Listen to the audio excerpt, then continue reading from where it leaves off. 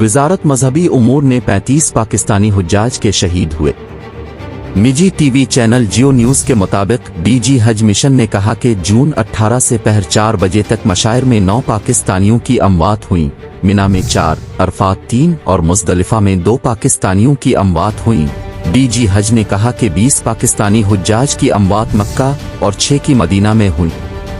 DG हज का कहना था कि इस साल दौरान हज पाकिस्तानियों की शरह अमवात गुज़िश्ता साल के मुकाबले में कम रही, जहाँ बहक पाकिस्तानियों की तदफीन मक्का के अशराए कब्रिस्तान जन्नत अल बकी में की गई। दर्जा हिरारत 50 डिग्री होने के सबब ये मुश्किल हज था।